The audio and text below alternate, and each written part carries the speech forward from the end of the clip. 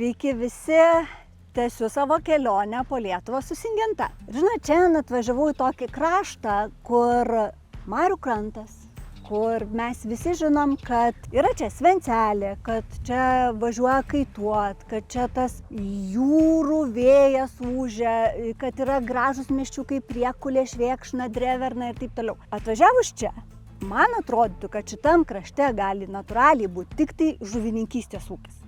Ir vat vienam ūkyje stoviu, matot už mano nugaros V-Farm užrašyta, čia netoli manęs yra prūdas ir tikrai plaukioja kažkoks ar jūrų velnias ar banginis, bet klausiu Živilės, tai Živilė, ar čia yra žuvininkystės ūkis? Ne, čia yra augalininkystės, mūsų šeimos V-Farm ūkis. Ir jūs ūkininkaujat visą šeimyną jau dabar?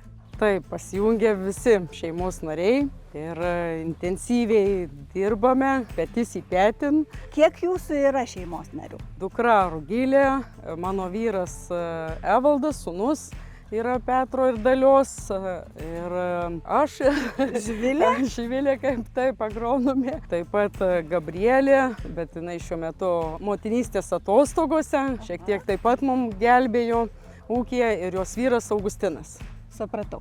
Tai dabar aš jums išduosiu paslaptį. V-Farm gal ne visi žinot, bet šitas ūkis yra Petro Vasiliausko ūkis. Aš Petrą Vasiliauską žinau labai daug metų kaip sėklinių bulvių augintoja Lietuvoje. Ar teisingai sakau? Taip, teisingai. Ir šiai dienai bulvių auginama sėklai yra viena iš tokių pagrindinių jūsų veiklų. Taip, tai pagrindinė veikla. Kažkur auginame taip apie 100 hektarų sėklinių pasėlių. Tai reiškia, kad didžioji dalis Lietuvos augintojų, kurie augina bulves net ir savo po maišiuką ar ten daugiau, tikėtina, kad bulvių sėklą perka auginta jūsų ūkyje. Taip, labai tikėtina. Taip. Labai tikėtina. Taip. Tai dabar dar papasakokit man apie tą specifiškumą, nes šitas man buvo kaip agronomiai visiška naujiena, dėl ko Pajūry auginamos bulvės yra ne šiaip, bet tai yra pati geriausia kokybė. Nes viskas prasideda nuo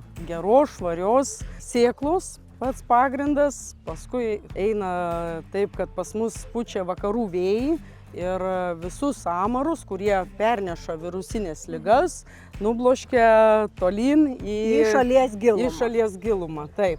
Ir taip pas jūs išvengiant virusinių ligų plitimo savo pasėliuose. Taip. Būtent dėl to ir geriausiai čia auga sėklinės bulvės. Ir reiškia, jos sveikiausios. Taip. Čia ne šiaip savo. Mes turim ir daugiau sėklininkystės ūkių Lietuvoje, bet kad Pajūrys turi tą specifiką, aš tikrai šito nežinau. Kiek ūkis dabar iš viso bendrai, nes augalininkystė, taigi ne tik bulves auginat ir kitas kultūras. Taip, dėl sėjomainos ir rapsus auginam, ir kviečius, ir žirnius lygiai taip pat. Ūkio visas bendras plotas? Kažkur yra apie 1000 hektarų, apie 900 galima sakyti. Už tai visi vaikai taip, čia ir liko? Užtat visi vaikai taip prisijungia. Taip. O tai visi vaikai agronomiją studijavo? Ne visi.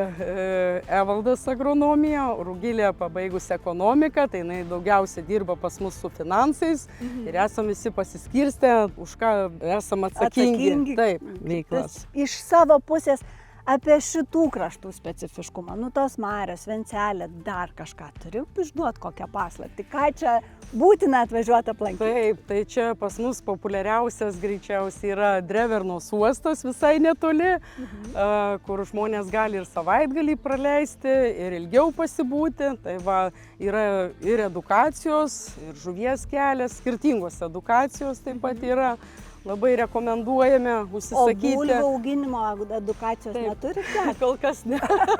Galbūt mintis gera apie bulvių edukaciją. Tai dabar, jeigu atvažiavę žmonės, čia atvažiuos pasigrožėti ir Dreverną, ir iki marių pasivaikščiot, ar pas jūs į ūkį atvažiavus gali nusipirkti sėklos?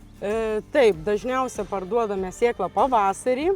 Taip pat turime ir šviežių bulvyčių jau pardavimui. Tai yra atskiras pas mus namelis savitarna, kur žmonės važiuodami pro šalį į Svencelę gali užsukti ir nusipirkti po 5 kg arba po 10 kg.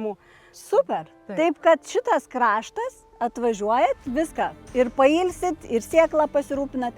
Ir tie, kas važiuosi dabar šviežios bulvės, jau kasamos čia, jau galite įsigyti. Manau, kad skonis bus tikrai kitoks negu likusioje Lietuvos daly, nes čia yra švariausios bulvės Lietuvoje auginamos. Taip. Ačiū Živilė labai. Ačiū Jums. Kuo dideliausios sėkmės Jums. Tikiuosi, kad ir Jūsų vaikai tęs šitą tradiciją. Taip. Ką, iki susitikimų kitose Lietuvos vietose. Iki.